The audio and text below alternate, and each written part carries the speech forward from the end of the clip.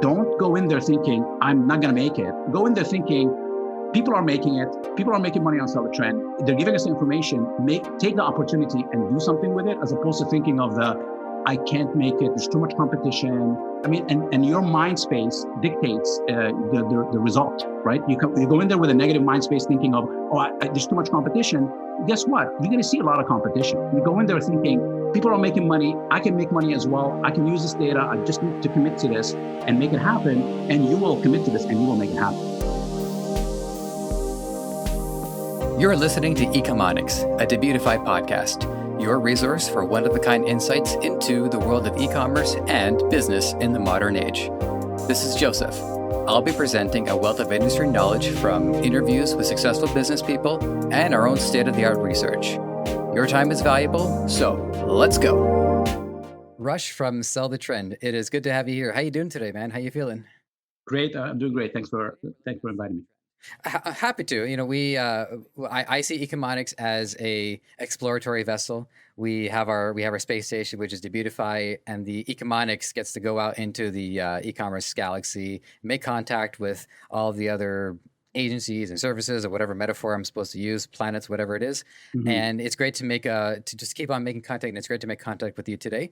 So with that, let's get right into this. Tell the audience who you are and what do you do. So my name is Rush. I am the founder of Sell the Trend. And basically Sell the Trend, if people are not familiar with what Sell the Trend is, we create basically Sell the Trend as a way for people to find and sell better products online, right? So it's kind of an application that you can use to really help you make more money. Yeah, well, that was question two, which is, what Sell the Trend is. And the first thing that struck me is, and by the way, audience, you'll have to forgive me, it's still drilling season here in my apartment. So with that out of the way, first thing that struck me was the name is Sell the Trend. And what I was wondering about was the philosophy behind this name. And because I think if you look at the word trend, there are some positive, but there are also some negative connotations to it. When you hear the word trend, you think trendy, you think stuff that comes and goes, which Sure. is somewhat true in the e-commerce space and the dropshipping space, depending on what kind of product you're getting into. So with all of that, what was the methodology behind Sell the Trend as a name? So when we came up with the name, what we really wanted to do is come up with something that, first of all, it's hard to come up with names. It's super hard. Like anybody who's ever created anything, and a lot of our customers are creating stores, right? So when you come up with your name, you're trying to come up with something that might be memorable, something that makes sense to your business, maybe something that's catchy, something that has some kind of energy behind it. So first of all, it's super difficult to come up with a name. So obviously went through a lot of different iterations, but when that came up, when as we, you create anything, there's a creative process. You're kind of shooting idea off people. What do you think of this? What do you think of that? Or that sounds too goofy. That sounds too, on point, or maybe too, it doesn't make sense. And when we finally came up with that, it was really like one of those like Eureka moments where it was so simple and it sounded good. And it was exactly what the business was about, right? So it was, obviously selling a trending product, right? It's really what the business is about. But what's so good about it, as we have evolved over since we've been in business, is that the selling part has really it's so wide that we've been able to kind of add features to Sell the Trend over the years, where selling is just as important part as the trending product component, right? So it's not a product discovery tool anymore. It's really an entire e-commerce dropshipping platform. So that's really where kind of the name started and where it's taking us. Yeah, I will say that coming up with what the name is difficult, because we don't always have the power of hindsight. Like sometimes I think if I were doing something for a year and then I would have a chance to name it in retrospect, it might be a little bit easier. So one advice just with my personal experience was, if you're okay with spelling things wrong, then you have a little bit more opportunity. So economics. The combination of e-commerce and economics, by putting it together, it's great. People like it. Google, not so much. Are you sure that's how you spelled it? I'm like, yeah, Google. Yes. I'll switch to DuckDuckGo. In fact, I've done it numerous times. Yes, exactly. You should know by now. I actually watched a video on YouTube on basically the philosophy and the code and the analytics behind the Google search engine. And it seems like simple, right? It seems like you type in a bunch of words, you look at an index, and you search for matching websites. But obviously, it's not. I mean, they didn't become one of the number one companies in the world, most successful companies, and biggest companies in the world by doing something that's common, right? So if you watch that video, you can check it out. Funny enough, was recommended by YouTube, yeah, it's really fascinating. It's the depth of research and the teams that they have that analyze all the stuff that you said. Like, hey, I already misspelled it like 5 times. Why are you correcting me? Right? So there's some logic why they keep correcting you, and eventually maybe they'll stop correcting you as they profile you and figure out exactly your likes or dislikes and what you've been typing and everything like that. So funny that you say that, but that's the truth. Sometimes eventually the algorithm learns, right? Yeah, I mean, the irony is that Google itself is a word that didn't exist prior. So, their business is named after not only a spelling error, but like a complete aberration of the English language. But, this isn't we won't get too much into that. But I think that's an interesting observation just about how much research goes behind it. Okay, hang on. One more point. This one's fair to make, which is if you just think about what I would expect somebody to use, how I would expect somebody to use a search engine is so far removed from all the different ways people might use a search engine. You have some people who are using search engine as a web browser, where they're just going right to Google to go directly to Facebook, for instance. So we have people who are using Google as a consultant, where they are asking Google a question. And that to me was actually a pretty significant breakthrough when Google could actually start answering the questions, because they would find that exact question or as close to it as possible, and then just present the answers to the point where you don't even have to go onto a new website right now. One of the biggest revealing things that I learned from that thing is that they get a lot of their innovations out of the questions that breaks their algorithm. So they have an entire team dedicated to like errors, where it's like people type this thing and we don't even know, like we haven't caught that in our algorithm at all. And then they have an entire team that analyzes these errors that the engine is returning, because it's just they never even thought of those kind of questions, right? So they have an entire team set up for that, and it makes sense, right? It definitely makes sense. Mm-hmm. Now, with Sell the Trend, you have to forgive me if this question is like partially answered, but I think it's important to just make sure that we give it the correct frame of reference, which is what problems were you seeing going unsolved when you created Sell the Trend? Keeping in mind that, like, there is an active industry, there are other options out there. So in specific, what did you want to hone in on and get right? So there's like, when you're creating anything, really, there's really no point. I mean, I believe anyway, there's no point in creating something if there is no need in the marketplace for it, right? If you go out there and you say, I'm going to create a brand new search engine, you have to have a pretty good reason why you're creating a search engine to compete with Google, and that's why there is, I think, DuckDuckGo or something. They found a niche that says, you know what, this is what Google does. We can do it either better or a different way, or there's a need for this. And that's really where the reason we started Sell the Trend is kind of, looked at the marketplace of all the available tools and realized that for us, it didn't, like, there was definitely a gap in the quality of the results, and gap in the quality of the products that are being displayed, and a gap in really what you're paying for in terms of the service and what you're getting back. So, for example, there's a lot of tools out there that maybe give you 2 or 3 products a day, and maybe these products are niches you're not interested in. Like 2 prep products and beauty product, but you're like in the fishing niche. So that day is wasted for you. There's it's not gonna be good for you, and maybe it's gonna do a few days that are not good for you until you find a brand new item that you're interested in. So number 1 was that, and then the other 2, the products that were database, we believe that their data was completely lacking. It was not transparent.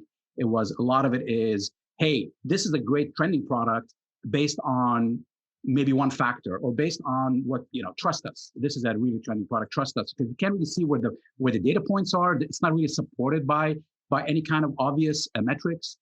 So that's really where we saw an opportunity to create something that's better, and that has, is more powerful. And that's why we started, for sure. Mm-hmm. Okay, I want to make a point about the comparison between Google and DuckDuckGo, but I wouldn't do this, I swear, if I wasn't trying to relate it to our conversation here. But one of the main issues is that you take a look at a service like Google, and it is on top, so much so that I would say it's institutionalized.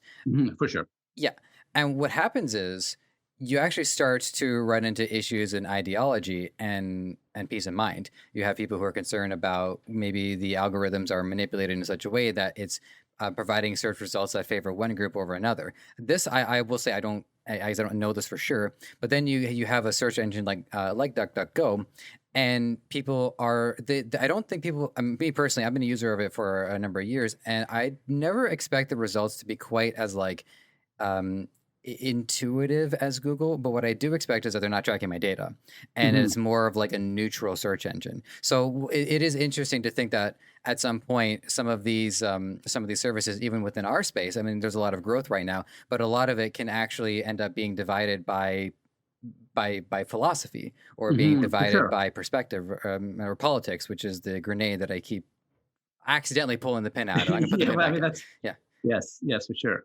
Yeah. Well, uh, I mean, I'm in two minds of that. I mean, I am running, a platform that is grabbing information from people, whether they're searching for something or maybe some of the products that they're selecting. But that's really, we're doing this information to gain knowledge so we can present you with better choices. So there is no, nefarious reason why. There's not even an iota of a nefarious reason. I mean, again, our service is completely different than Google. Google, they're tracking where you travel, because of Gmail or whatever. You can, a friend of mine showed me this travel map of all the destination. I'm like, oh, what is this? They're like, well, this is where I've been. I'm like, well, how did you get this? Like, you flew from this on this day and you flew from that on that day. He's like, oh, it's just from Google. I'm like, oh, okay. Yeah, that's interesting. Like, you never agreed to it anywhere, obviously, but you obviously agreed to it in the fine print, right? Yeah. So, to me, data privacy is for some people, it's a very important topic. They're super passionate about it and super cautious about it. For me, I don't necessarily uh, put any kind of public information. I know that we are in a public in an information world, and if I don't feel like if I feel like I want to protect my public information, I just don't put it online. So I don't really care. That's really the way I look at it. So I'm not as scared about, oh, does Google know that I searched for this, or I'm interested in buying this product? Oh, now I see all the ads for this product. I'm like, that's fine. It doesn't bother me, right? And their reasoning is they're doing it to improve the experience, right? They're doing it so they can present you with better products instead of just they're going to present you with products regardless. Now, whether they present you with products you're interested in or not, that's a different story. Mhm. Well, I appreciate your take on that. I wasn't sure if What part of the thing? yeah, Yeah, exactly. There's like exactly. there's that iceberg, right? Where it's like, okay, well, there's these subjects, and then there's all this other stuff, and like Yes, the Joseph Ayani iceberg runs pretty deep. sure, please. So I thank you for your perspective on that. Yeah, All right, so we'll sell the trend. Next question I want to know is, I love that I get to talk about AI now, because yeah, sure. it's been brought up once in a while. Kyle Dane with Salesforce, he has his service is AI powered as well. So how is AI involved in this exactly? So we obviously are running all of our, we basically scan the internet for, millions of products, but we need to categorize them in a way that makes sense, right? We need to categorize them in a way that starts to put some logic behind the reason why some of these products are popular, some of these are not proper, and what level of popularity is it? Is it popular now? Is it popular? Was it popular 6 months ago? So we're constantly feeding our product, we're constantly feeding our algorithm with information about current products, brand new products, as well as performance of certain types of products, certain type of niches. And the more data we feed into the algorithm, the more it starts spitting out basically some recommendations and as well as actual connections. So that's kind of how we use the artificial intelligence in our product. Mhm. And speaking of trends, there is a 4 point, I guess, lifespan for a lot of products. I Sure, believe it's discovery, and then there's a peak, there's a saturation, there's a decline. And I don't think sure. I got the terminology quite right. So can you just run through the That's pretty terminology of those close. That's different? pretty Pretty close, close. yeah. Yeah, that's pretty close. Like discovery, the saturation, decline. I think there's another phase somewhere in there. It's we go through it in detail in one of our trading tutorials, which is I think it's called 8 Keys to a Winning Product. And basically, I think saturation, and just kind of talking about one of these phases. So the discovery part is when people start getting introduced to the product, right? So you start to see maybe some ads about it, some light ads, or maybe you run across it by somebody mentioning they've just bought it or whatever. So that's a discovery. That's the discovery phase. The saturation is when it's everywhere, right? It's like the fidget spinner back in the day, where just everybody knows about the fidget spinner. But a lot of people mistake the saturation as a time to get out, right? Oh, it's saturated. I need to stop selling this product. This is no longer viable. I need to jump out of this product. That's a mistake. The time to jump out of the product is when it's on the decline, right? There's always money to be made. Obviously the discovery is obviously the most amount of money to be made, right? Where there's not as much competition, not as many people selling the product. But again, not as many people know about the product, so maybe they haven't seen it, and now you need to sell them. You need to show it to them multiple times before they kind of get introduced to the product or even know what it is, right? So it's a little riskier to be selling something in the discovery phase. The saturation phase is the easiest place to sell, right? That's why whenever we are asked, or whenever we talk in different groups or whatever, we say, hey, if you want the easy money, is during the saturation phase, but you're not going to get the biggest piece of the pie when the product is saturated. But you can still make money. You just have to have better ad campaigns. You have to be a bit more ingenious with your ad campaigns, with your targeting and all that kind of stuff. But this is not the time to stop selling a product. And as you mentioned, there are some products that are quote unquote in the saturation phase for a long time. And it could be months, it could be years. Some products are seasonal even, they keep coming back, right? So, we also on our blog, there's also another video about, we call it the myth of the saturated products, right? So there is a myth associated to that. And we even give examples of a product that, came on Sell the Trend, let's say in February, and it started selling a little bit, and, you can see it, starting to pick up trend. And, it was featured on one of our blogs, and then it kept selling and selling and selling. And then it was 6 or 7 months before it even reached its peak of saturation. So finding products on Sell the Trend, you could find these products and then keep writing them until the point where you can see it on the chart, it stopped selling. And that's the time to get out, right? That's the time to get out, is when it's no longer selling, it's no longer popular, right? So yeah, we cover all of that in a lot of our education, as well as you can see it right on the website in the charts that we have and some of the other tools. Mm-hmm. And as a long-running theme on the show, I've always recommended to the audience that while I have my guests for an hour, sometimes a little bit more, sometimes a little bit less, it's only an hour, whereas the content goes on for hours and hours and hours, sure. and the audience always has more time. So, audience, I'm always able and always fortunate to be able to check out the content prior to the interview, and this is no exception. There's a lot of really great insights here, many of which I wrote down and I wanted to expand on, anyways. The reason why I brought up the different periods, and I think it's interesting to actually talk about, I think, the term saturation, because I think certain terms, they just have a negative perspective to them, even if it's actually a neutral, or if it's just an observation of it. Because when I think saturation coming into e-commerce, often I think, well, it's saturated, therefore it's reached peak appeal across the demographics, and that's not necessarily true. So what I think is happening here is, okay, the different interest groups are being targeted with it. So there may yet to be other interest groups that could be targeted with it, but have not quite been found yet, or haven't been targeted by somebody who has the marketing angle in mind that can go for them in specific. You nailed it. And think of it this way: you've already now confirmed that this product is a winner, right? So your level of risk has decreased dramatically. Guaranteed it's a winner. Now comes the being creative part, right? And in any business, even if some of these businesses don't seem creative, in any business, you need to tap into your creativity to succeed, right? The most successful companies, the most successful people have always put out products that have some kind of creativity with them, or some kind of an angle that differentiates them from everybody else, right? So, being able to jump on products like that and just use your creativity to kind of, attach to a different angle could be the difference. Okay, great. So I want to ask you about the strategy here. So this is hypothetical, although I suppose if you have real life examples, by all means. So let's say I'm looking at a product right now. I've settled on my niche. I know my niche, by the way, is like remote work or home office. But for the sake of this, I'll just say my niche is pets. Everybody loves pets. So I'm looking through, and I'm seeing a product is saturated. How do I know how much time I have to act? Because I would imagine that even within saturation, there is like early phase, mid phase, late phase. It's a very good question. That's a very good question. And I'll give you a short answer now, but the good news is that we are in the process of doing like a UI redesign for the website.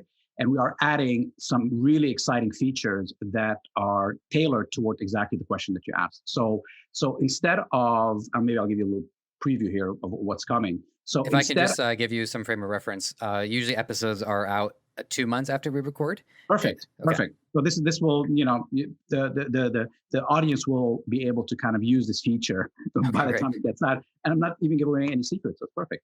So basically what it is that right now, a lot of the questions that people have is, hey, I don't know how, like, it's great. You have all this data. It's great, but I don't know how to read it. Like and we have tutorials, obviously. We have tutorials on, on the actual page where, where you're doing your work. Let's say the product research page, top right-hand corner, there's a tutorial, right? And we also have an entire e-commerce course that also goes through into picking product as well as one of the chapters, right? And we have other tutorials that are, in the tutorials page. But some people, maybe even after watching the tutorials, they still have questions, or maybe they don't watch the tutorials and they just want to jump into the application. Everybody's done it. You've done it. I've done it. I don't know when the last time I actually watched a tutorial when I onboarded to a brand new application. You just want to use it, right? You don't have time for the tutorials, right? So that's a great question. And we do get asked that, like, okay, so how do I know, like, do I jump in now? Do I jump in later? So what's coming in the next iteration, which is in the next thing, is that we are going to be breaking down from all the experience and all the knowledge that we have. We are going to be breaking down in English the current status of the product. So instead of just having to look at the chart and go, okay, so it's sold, it's sold 1,000 units. Like, is that a good? Is that saturated? Is that too little? Is that too much?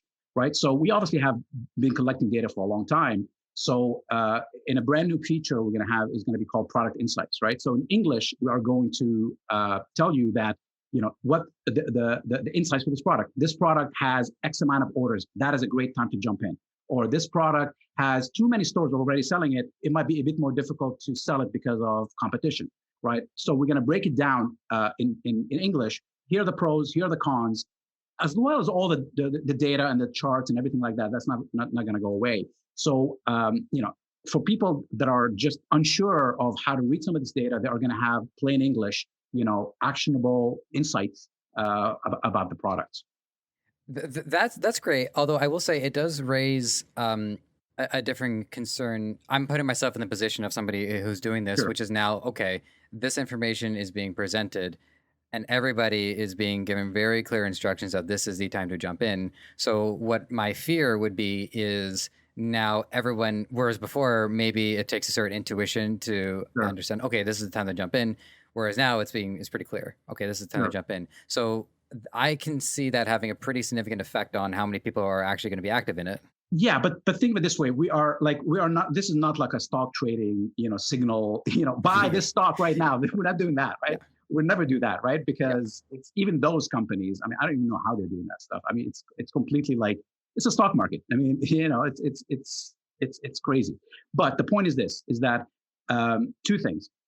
These are only meant to help, right? And the people that are going to combine that with the data, that are going to understand, the holistic part about the product with all the product information that we're going to have on that page, will definitely have more insights, will have more knowledge, and will be able to identify products. So think of it this way: not only that, also niche matters, right? Not everybody is into pet niche, right? So a lot of people have clothing stores or whatever, and also, the last time I checked, I think there was, like 12 or 13 million people who are, what is it? 2 billion people on Facebook or something. I don't know what the last number is, right? Yeah. So the last I checked, it was everybody. Yeah, exactly. The audience is kind of wide, right? The fear of like, I'm going to hit the pet niche and 10 people are going to be trying to sell the same product and I'm going to be competing with other people. It does not make sense. But we get this question a lot. Is like, hey, how many people know about this? And like, how many people are using the app and how many people think? And it's like, our answer is always, don't think of the scarcity, think of the opportunity. Don't go in there thinking, I'm not going to make it. Go in there thinking, people are making it. People are making money on Seller Trend. They're giving us the information. Take the opportunity and do something with it, as opposed to thinking of I can't make it. There's too much competition. I mean, and your mind space dictates the result, right? You go in there with a negative mind space, thinking of, there's too much competition. Guess what? You're going to see a lot of competition. You go in there thinking, people are making money. I can make money as well. I can use this data. I just need to commit to this. and make it happen. And you will commit to this and you will make it happen. Mhm. I appreciate that a lot. So, and one thing I wanted to relate it to, because I thought you made a great point just about the about stock markets and trading, and I can't remember the name of the guy, but I was just picturing that guy who's got like the bell and he's got the horn and he's like sell, burn. Oh yes, Yeah, Kramer, yeah. Kramer from is it MSNBC? Kramer. Okay, yeah, that's it. I was way off with his name. I don't know. Yeah. Uh, um, and and there's a through line between both of these is that you have the day trading crowd who they're not invested in the industry, they're not invested in the product, they're not invested in the service, they're not invested in any of it, they're just invested in making money. Sure. And my philosophy, which I developed like 2.5 weeks ago, is that if you really just want to make money, play poker. Like you know, you learn how to play it, you make a lot of money doing it, and you don't have to like break your back or stress out. And at the end of the day, you're still playing a game. So that's my take on that. And I think the same is true here too. Is that why people select the niches that they do? Well, it's because they're invested in it.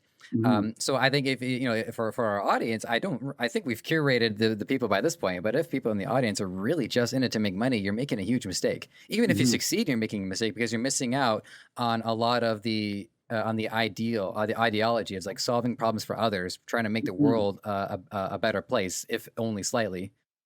Absolutely. No, absolutely. And sometimes, people get into any kind of business because they, just not, they might not be passionate about something, but they just want to make money and they see somebody else making money. So they want to make money, right? But the problem is that it's hard to get anything to work if you're not passionate about it, because you're either going to lose interest, you're not going to put in the work, you are going to quit immediately because there's that passion is not there. That's going to keep you committed to it.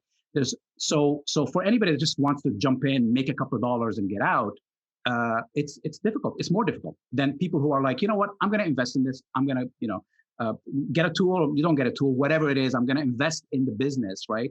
And get a, store either built, or I'm going to learn how to build a proper store and get the funnel working and everything. The people that are doing this are the people that have a better chance of succeeding than the people who are like, I just want to throw something together. I'll get a couple of tools. I'll try a couple of products. If it doesn't work, nothing works. Nobody can make money from e-commerce. Yeah. Which is the Dropshipping is dead. Join my YouTube channel. Exactly. Yeah. Exactly. Yes.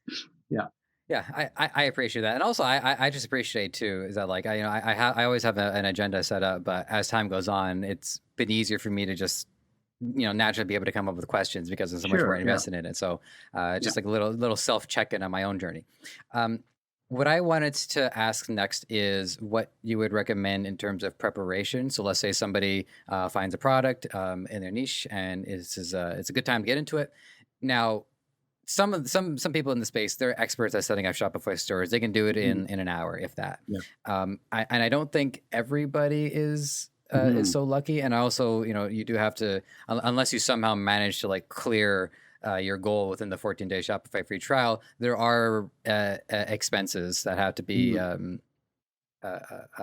shelled out in order to even any compete. To say nothing of Facebook advertising. So there are a lot of things that I would imagine people need to have prepared before they take this product to the market. So what have you seen? And I love it because you collect a lot of data. So I'm thinking this would be a data driven answer. But like, what have you seen users have to have ready before they go for their first competition? They take their first product into the market. So number one, I think you need to have your mental state ready, right? You have to go in there already prepared that this is not a one-click, you press one button, the easy button, and money comes spitting out of the other end, right? So there's got to be some realistic expectations, right? I believe with the right product, obviously we wouldn't even be here if it wasn't this. I believe with the right product and with sensible, reasonable advertising, right? I'm not talking about being super psycho about the creative and super thing about the video or whatever. I believe with the right product and with reasonable targeting, and we even offer targeting inside the app, so you can kind of quickly find that, with a reasonably created store. And again, it doesn't have to be the prettiest, doesn't have to be spent thousands of dollars on it, and everything is perfect, right? With all of this reasonable, you are going to make sales. If you are not making sales, then there's something very wrong with one of the pieces, right? Whether it's the product is not right, or your store is not right, or your advertising campaign is not right. Something is not working. that is breaking down this entire process, right? So if you're saying what do people need to prepare, I think they need to prepare the mental state, number one, and B, they need to do some of the work, right? So we have, for example, an included like a full dropshipping course, right? That takes you through the entire thing where we show you how to set up your store, we show you how to pick products, we show you how to add them to your store, we show you even how to fulfill orders, we show you how to run basic campaigns on Facebook and Instagram. So we show you the entire thing. So you can go through that entire process and just kind of get something that will work. Now, taking it to the next level, of course, that's the whole point. You need to kind of start really honing in on the products you want to add, fixing your store, checking out your funnel, all that kind of stuff. But just to start, you can make sales with what I just mentioned, just being reasonable about this stuff. Mm-hmm. And if you don't mind me asking, price-wise, what would be like the reasonable amount of money people should have ready to invest? I believe I've asked this question before, but I just want to get more of a median. So to be honest with you, it's. I mean, I can throw a number out of a hat, but it's really different for a lot of people. Some people have $500 in their pocket and they can start making money right away, right? Some people even less, because think of it this way. Even just talking about basic expenses, you got, your Shopify or any kind of WooCommerce, whatever, some kind of a platform, $30 a month or whatever. You got a product research integration, something like Sell the Trend, to import your products, fulfill orders, so you're not doing it manually, spending hours a day, right? So just simple stuff like that. Then you have your advertising campaign. You don't have to go straight to Facebook, right? I mean, I don't even recommend going straight to Facebook. You can go to influencers. You can go on Instagram. You can spend $25, $30. Research some good influencers. We even have an influencer tool inside Sell the Trend that allows you to judge if an influencer is worth the money or not. So you can, and that's a small budget, right? $25, $30, just to start bringing in sales.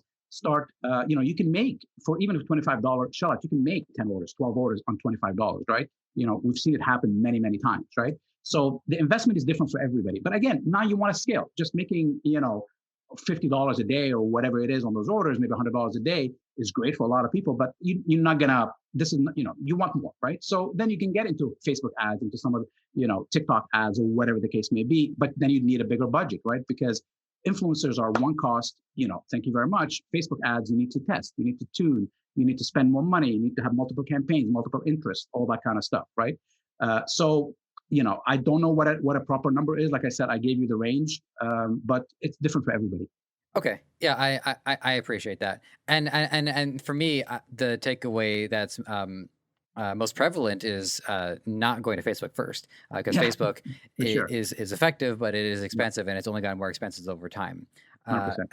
And an audience, I think our consistent audience understands that we do get a lot of different answers to the question, and so it's important to always just get as many answers to it as you can. But it has to resonate with you. It has to resonate with your budget, right?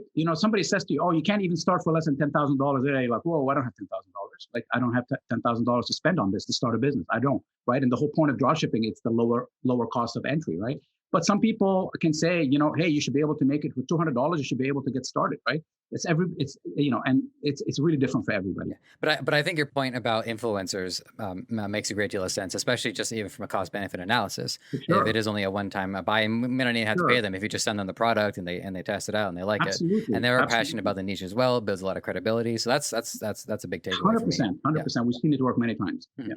All right, so let's talk about the tools. We've alluded to some of them. I'm gonna. It's like I know it's like a dropshipping suite. So I'm gonna rattle all of them off, and then you can pick out which ones you want our audience to know about. You want to go through all of them, by all means. I'm more than happy to go through all of them. But so there's your Nexus, your Product Explorer, Store Intelligence, Retail Trend Explorer, Amazon Trend Explorer, Video Ads Creator, Insta and Twitter Engagement Calculator, Facebook Audience Builder, One-Click Add to Store, One-Click Order Fulfillment. There's a lot there. Some of them I'm going to say it's self-explanatory. The one that I wanted to actually start with is the Retail Trend Explorer, because we tend to have a lot of conversations in the e-commerce space that are absent of retail. I remember I've had one guest so far that was very much so invested in the retail space. It was Shama Maher. So go back, check out that episode just to hear how things are going on in the retail, but we largely don't talk about it. So how does when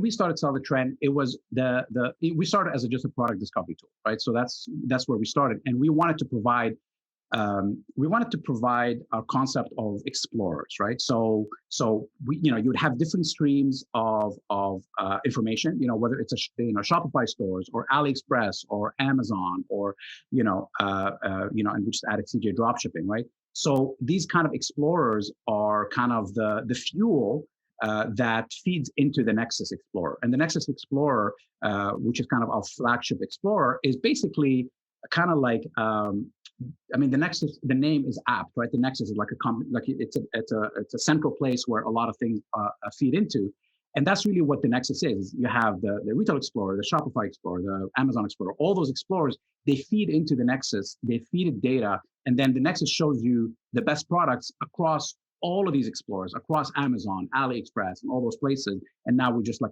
I mentioned, we just added CJ Dropshipping as another supplier. So the data from CJ Dropshipping as well. And we feed that all into the Nexus. And then that gives you a good view of really what are the trending products, right? So you're not just, we get a lot of questions like, oh, so why can't I just go to AliExpress and I'll just find products there? I'll just sort by most orders and I'll just find products there. It's like, you can find products there. You can find products anywhere.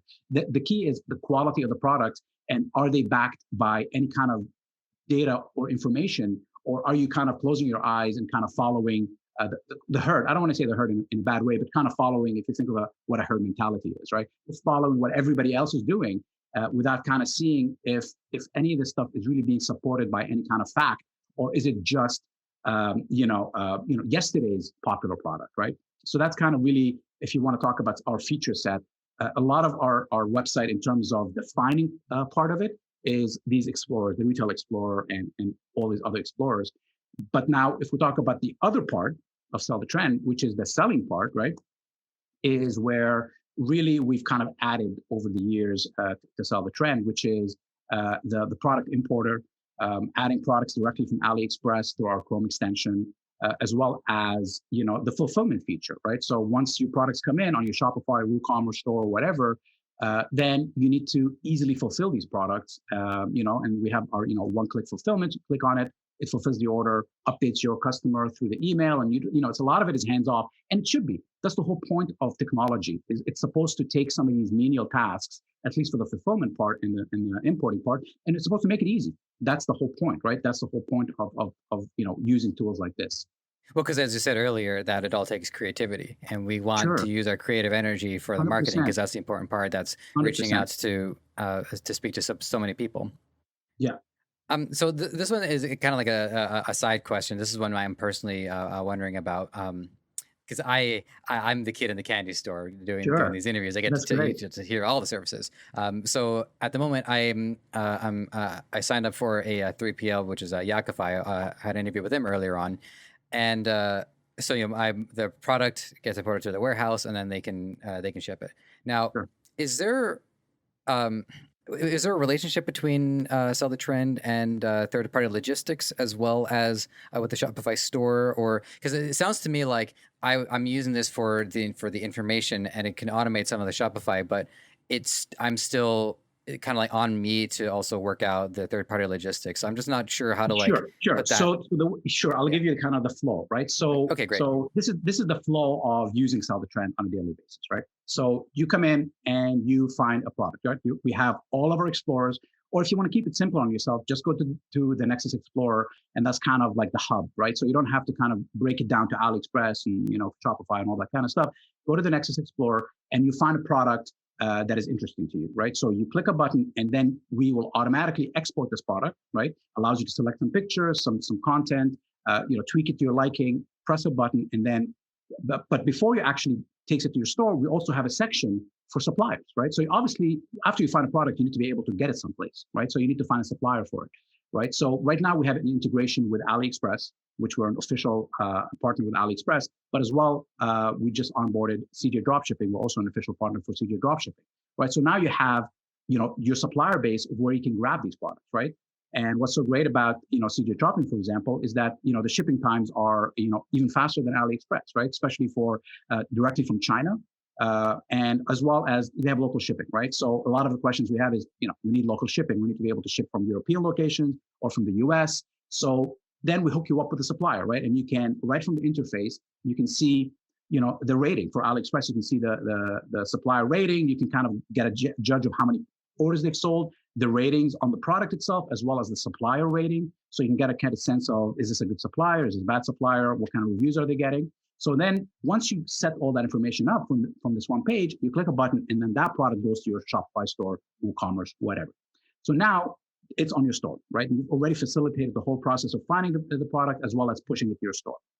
Once you get an order on your store, on your Shopify store, for example, then that order shows up right on Seller Trend in your dashboard, in your orders dashboard. So then, since we already know the supplier, you click a button, and this order will automatically, all the information, the address and the quantity of the product and all that kind of stuff, gets sent straight to the supplier. The supplier then prepares the order, gets all the shipping stuff, and then sends it directly to your customer. That's obviously the dropshipping model. Sends it directly to your customer. So yeah, at this point, you haven't touched the product. You're just kind of connecting all the pieces together. And once that product ships, then we will then automatically trigger Shopify to send an email to your customer with any email you have set up in Shopify or WooCommerce or whatever. And then your customer will get that notification that the order has shipped as well. They'll also get the tracking number. You can click on the tracking number. They can find the tracking for the product, right? So that is kind of the entire flow of using Seller Trend on a daily basis. That's terrific. So the one thing that I wanted to just touch on, just to make sure that I understood it as well, as so the order is sent to the supplier. Now I would because it's interacting through my Shopify store, it would go to my supplier, which may or may not be connected with Seller Trend. Sure. You have the choice. If you don't want to use Seller Trend fulfillment, you have a choice to fulfill it with any supplier that you want.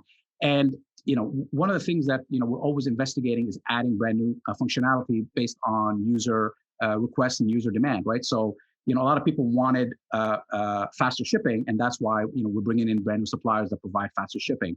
But third-party fulfillment kind of functionality, that's definitely something that we're thinking about as well, to kind of bridge the gap for people that maybe you went out and researched quality 3PL companies, but not everybody maybe has the knowledge, or maybe they already trust Seller Trend, and they will trust the work that we've done to secure a couple of great 3PL companies that they can then use. Because I'm not sure exactly like what era we're in right now in the dropshipping legacy, but one thing I know for sure is that I joined in once a lot of standards had been set and increased. A lot of the standards, of course, set by Amazon, which can deliver something now. I just exactly. It's already here. Yeah. And for that reason, what I feel like it did, which I would say it might be a bit discouraging for a lot of people, at least at the beginning, but as a net positive in the long run, is that it reminded people that you do have a lot of work to do in order to have a functioning backend and have the logistics correct, so that the buyers or the customers will get their product and be satisfied in a reasonable amount of time. And in doing all of this, what I find personally is that it does legitimize the operation altogether, and it shows that there is once you see the gears and you understand how all the work has to be done, it demystifies a lot of how to actually sell product that frankly I don't have in my own home. Yeah, for sure. Well, think of it this way: like commerce is like it's one of the most ancient professions, besides the other profession, not that profession. Commerce. Well, I mean, that was a form of trade too, but exactly. Right. It's one of the most from the beginning of time, so to speak, right? Trading and bartering, and you grow something and then you can sell it, and all that kind of stuff. So the when people say, oh, the drop shipping model, is it going to work? Is it going to last? Or whatever. It's the basics of commerce, right? It's just a way to facilitate commerce, right? But you raise another question, is that it's got to keep evolving, right? Like if evolve or die, so to speak, right? It's got to keep evolving, and it has, right? It's got to keep evolving to match customer expectations, right? And what's so great about even dropshipping and just kind of getting into the space is that things happen in stages, right? You can start with processing your order through AliExpress, which is super easy, super low cost, right? You don't have to really invest a lot. And eventually you can say, you know what, I'm making some money now through this. Let me buy some product, right? We have a lot of customers that do this.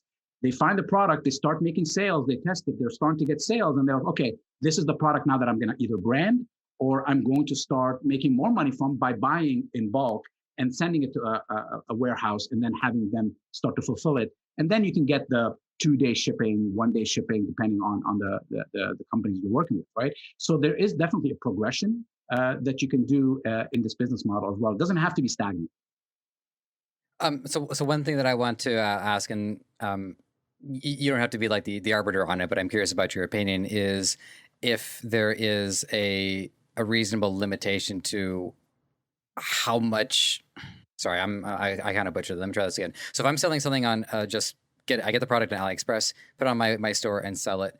I worry that it's going to take too much time. I don't have enough of a clear relationship with the AliExpress supplier, and so the point that I was alluding to earlier is that particular method to me seems like it's on the decline and to the point where it's not viable. So and I think I'm wrong about that. So. In the most, what is, I guess here's the simplest way to ask this question. I got this, which is, what is the most viable method so far as like an entry level method? This is by far is the best entry level method for sure. Because think of it this way: a lot of people when starting a brand new business, and to a lot of people this is a brand new business. If this is already your 10th store, right? You're already at a different level, right? You're already doing things differently, right?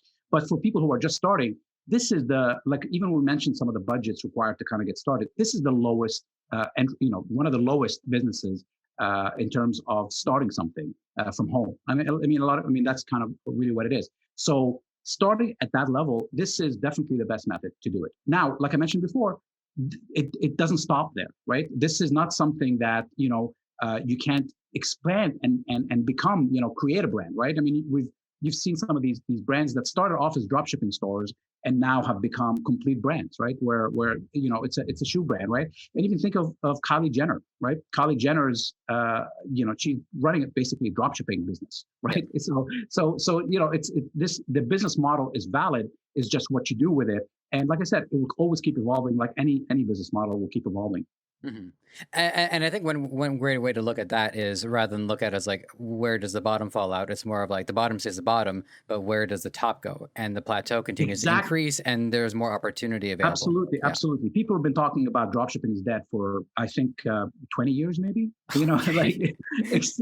Because I was talking to a buddy of mine that runs Store Coach, which is another really good company. And he's been in it way longer than I have been in it. And he's like, "Oh, I've seen this all before.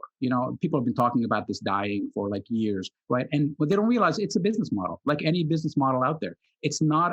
It's based on commerce, right? It's based on commerce. What you do with it is going to dictate whether you're going to be successful at it, or you're going to kind of just use it up for the surface and then say, "Oh, it doesn't work. You can't make money from this," and leave, right? So it all depends really on the people. Mm-hmm. Now, I want to ask you a question specific about products, and bear in mind that this is from a YouTube video, so to get the full effect of the YouTube video, go check it out. But I'm going to tell you what struck me about it. So you go through the key factors to a winning product, and I've talked about factors to winning products with other people before.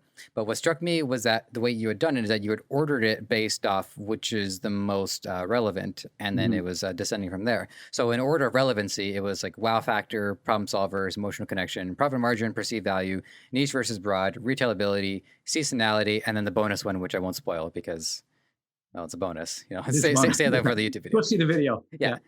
So, and again, I can't help but expect or anticipate that this is a data-driven answer just because of how much data you're getting access to. But why is wow factor the number one factor? And how do all of these fit in terms of having to be more important than when next again didn't quite butcher the question. Sure. I here's the thing I noticed about myself is like I'm very clear about what I'm going for, and then I need to but I really want to sound pretentious. That's the most important part. How can it sound the most pretentious possible? Yeah. You're doing a good job at it. Oh, thank you. I appreciate it. A lot of years of practice and study. Awesome. Work out really good. Yeah. So here's the thing.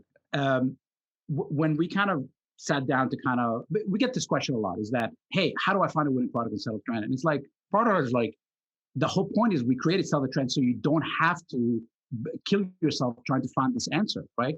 That is why we have, the Nexus, for example, and we have things sorted by the Nexus rank. So whatever is at the first 2 pages, those are the most popular currently, right? And we even have a trending product category if you want things that are happening like right now, right? So, but now you have to take it into a bigger perspective, right? At the end of it all, we are selling products, right? We are not selling ones and zeros, right? We are selling actual products that people need to, be motivated enough to kind of whip out their credit card and buy them, right? So that's why we have wow factor as the number one. Wow factor is kind of like the non-quantifiable thing about a product that when you look at it, you just gravitate towards it. Now, the good thing about Sell the Trend is that you can quantify these things with data. Because think of it this way: if you have a product that is, amazing, right? It's really exciting, then people are typically buying that product, right? People are, putting it on their stores. People are engaging with that product.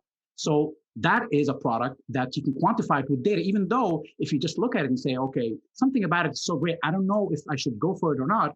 Well, you can go for it because you can see what it's doing in the marketplace, right? And that's really where, we kind of do it with Solid Trend. We cannot, the algorithms haven't been advanced enough where you can look at a product and say it's got a wow factor because, but you can compare it to other products that have sold in the past and then start to quantify them based on some of the history, right? So that's kind of what we're doing, when we're comparing these products and when we're rating this product. But in terms of the video that you mentioned, just go back to your video, the wow factor is just, that's where the creativity comes from. Besides looking at the data, which we have for you, we just can't, some things are going to require your ability to look at something and go, okay, the data supports it, but am I excited to sell that product on my store? And I know I have an idea how I'm going to do the video for it, and it's going to be exciting, and I'm going to put it up, and I'm going to make some money from it. That's really where kind of the hierarchy comes in. Mm-hmm. It is fascinating to think about how no matter how data driven something can be, it still comes back to something human and something really tangible and emotional about having that impact, that feeling of, oh my goodness, this is a game changer. And 100%. What it does is it changes a person's worldview, even if they don't buy the product. I think the knowledge that the product exists and that there is, I mean, sometimes they don't even know what the problem is. They, people just go about their daily lives, interacting as they do. And then what somebody has to do is come along and actually show them the problem first, and almost put them into that negative state for a second, to then pull them out of it and say, here's the solution. And that's where I think a lot of that wow factor comes from. It's just, oh my goodness, it didn't occur to me. Exactly. And that's kind of, even in our dropshipping course, that's kind of how we describe how to write a proper product page description, right? So we have a lot of examples, obviously, inside the app. You can kind of see what other people are doing, but we recommend that you write your own as well. You can be inspired by some other pages, but you really need to create your own, because that's where you can put your own stamp on things, right? But one of the things that we teach is that you need to identify your audience. You need to identify who you're selling. You can't just sell a pet item to somebody who only cares about golfing. Like, it's just not, who doesn't have a pet, right? So you need to identify your audience, and then you need to connect with them. And that's where the hitting in on the pain point is, you need to connect with them. It's like, why are you going to buy this posture corrector, which was very popular a while back? Why are you buying that posture corrector? Because you have back pain. You have bad posture, right? So you need to first connect with the issue before you can provide the solution. Yeah. You can't just say, hey, buy this thing. It's like, I don't know, I'm kind of thinking I'm hungry right now. Yeah, but look how much pain you are gonna face as you walk to the kitchen to make some food. That's where, when you introduce them, you're like, you're right, my back does hurt. Maybe I can use your product, right? So it's that's why there's studies and studies about psychology and selling. But it doesn't have to be that difficult. You don't have to be kind of paralysis by analysis, because there are certain things that are guaranteed to work, right? Identify the pain problem, provide, re-identify the pain, provide a solution, offer a discount. There are certain, that's just regular commerce that we discuss in our courses. But you can use those easy to use tips. Mm-hmm. And one small point too, I just wanted to add into all of that, is that I think the more acutely aware somebody is of their problem, the more likely they're just going to go solve it on their own anyways. Mm-hmm. Like you're saying, like if somebody's hungry, well, I don't need to wait for an advertisement on Facebook. Ad for McDonald's. Yeah, like it might make me crave it. So the next time I am hungry, I'll go buy it, which has worked numerous times. But when I'm hungry, I go deal with my hunger. Whereas when I have back pain, sometimes I just take it as like, oh, this is my normal. This can't be resolved, and I just have to get used to it. Yes, yes, yes. But and you mentioned actually something earlier on is that what are you really okay? Everybody needs to make money. Yeah. You have to make money, right? You need to survive, you need to eat, all that kind of stuff. But the point is this: is that you also have to think about any businesses. What are you actually providing to the world, right? What are you doing? Like, what are you what you selling this posture corrector, for example? Are you just simply doing it so you can make money, or also are you doing it because by providing products that people maybe not know about, you're actually providing a service, right? You're actually helping somebody resolve something, right? And like in any kind of business, if you really go in thinking about who your customer is and what are you doing to actually help them, it will help you leaps and bounds, because at the end of it all, people are attracted to people who are trying to help them as opposed to people who are just literally just trying to sell them, right? Yeah. So Yeah, actually, it's funny because we've been talking about the posture corrector. I ended up getting one of those myself. yeah, By the way, I will say the Velcro ones, not a big fan, because the yeah, more I was trying to correct my posture, the more resistance it would put up, then the Velcro would rip off. So sure, if there's like a version of it with fastens, I think that would yeah, be a lot. Yeah. for sure. So I don't have you for too much longer, but I did want to ask you just about your background briefly about how you got into e-commerce. But before I do, I just want to make sure: are there any other elements or features to Sell the Trend that you want to let us know about? Like if there's a question I might have forgotten to ask. Well, the just kind of as an overall, I don't want to mention a specific feature, because I Okay. think one of the biggest challenges that we have with seller trend, to be frank, is that we have too many. Okay. So people come in, and we're actively working on that with the new design. We're working on, you know, uh, getting people the value without the overload. You Sure. know, so I don't want to add, hey, there's even this. You can also it also cooks your breakfast. I mean, I don't want to add to that. The only thing that you have to look at when you come to sell the trend is that we are focused on you, the customer.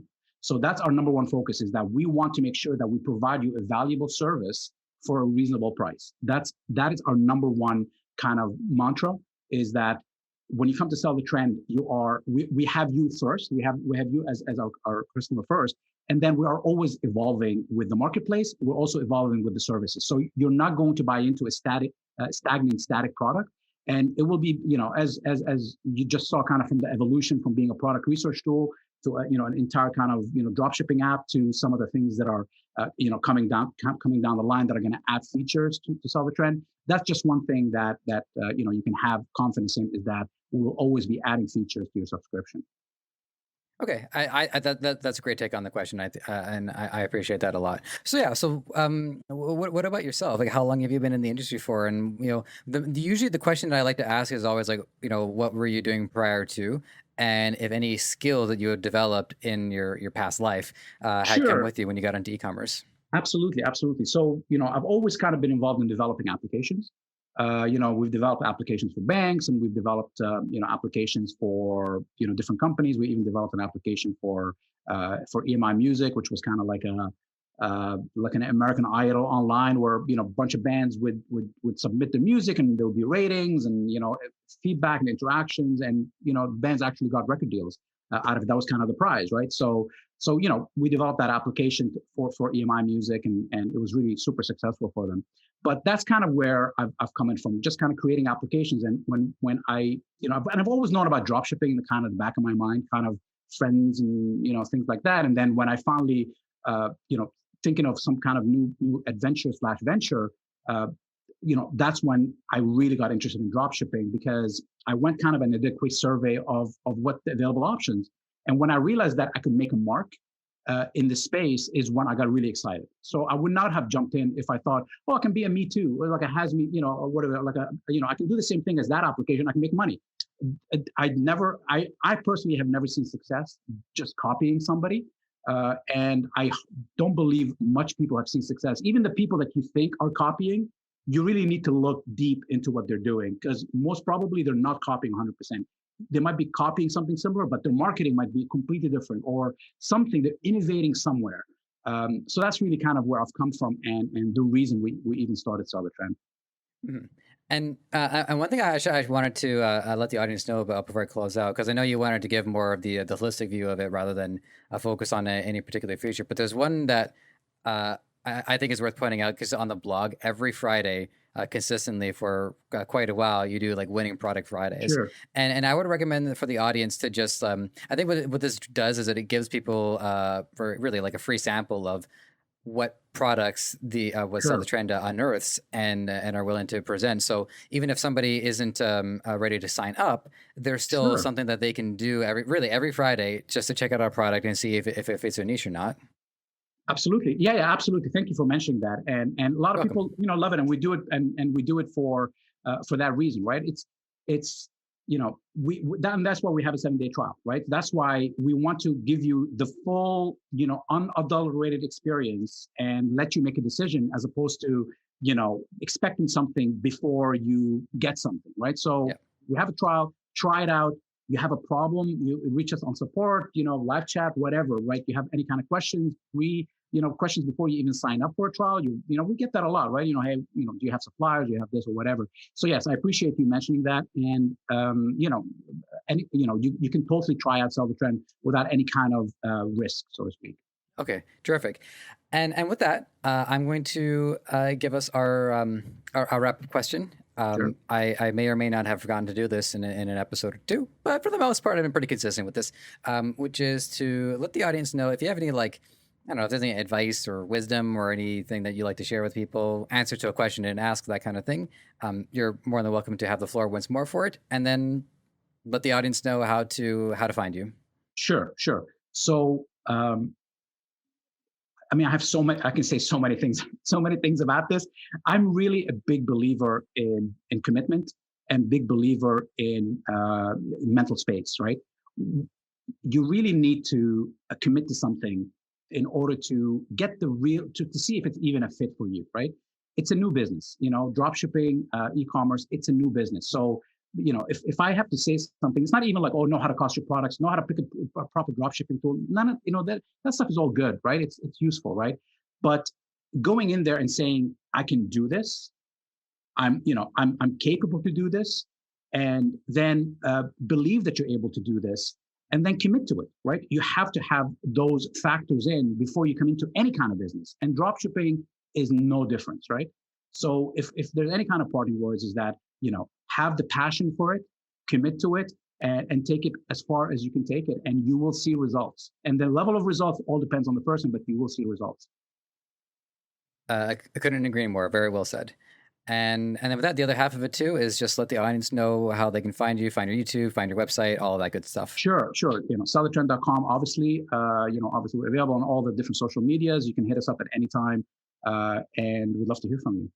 Terrific. All right. Well, audience, as always, it's an honor to be able to provide this information for you. It's an honor for me personally just to be able to really meet so many great minds and not only learn valuable insight, but to constantly be reminded how much passion is driving the industry. And as we established and touched on with the wow factor, is that passion, I think, is at the top of all of this. And if you don't have that, then I don't know. Good luck. Yeah. Well said. Exactly. Thank you so much. And with that, check in. Oh, sorry. And with that, take care, and we'll check in soon. Safe for all ages. We use natural ingredients and. Hey, this is Joseph from Ecomonics. Just wanted to thank you for being here and for giving this content your time and attention. I hope you learned something. I can say with certainty, I have learned something with every episode that I have done, and I don't see that changing anytime soon. There's a couple things you can do to help us out. If you want to check out the audio content, we are available on all major podcast platform distributors. And while you're there, give us a 5-star review. It helps a lot. And while you're here on YouTube, there's a lot of things you can do to help out as well. It's not going to take very long. Subscribe to the channel, hit the like button for this episode, and hit the notification bell so when we have new content for you, it's going to be at your doorstep ASAP. Lastly, this podcast is created by Debutify, the best Shopify template available. It is 100% free for you to start, and it can change your life. It can make you so much more free than you are right now. So if this episode wasn't enough to convince you, I think a few more might do the trick. So have at it.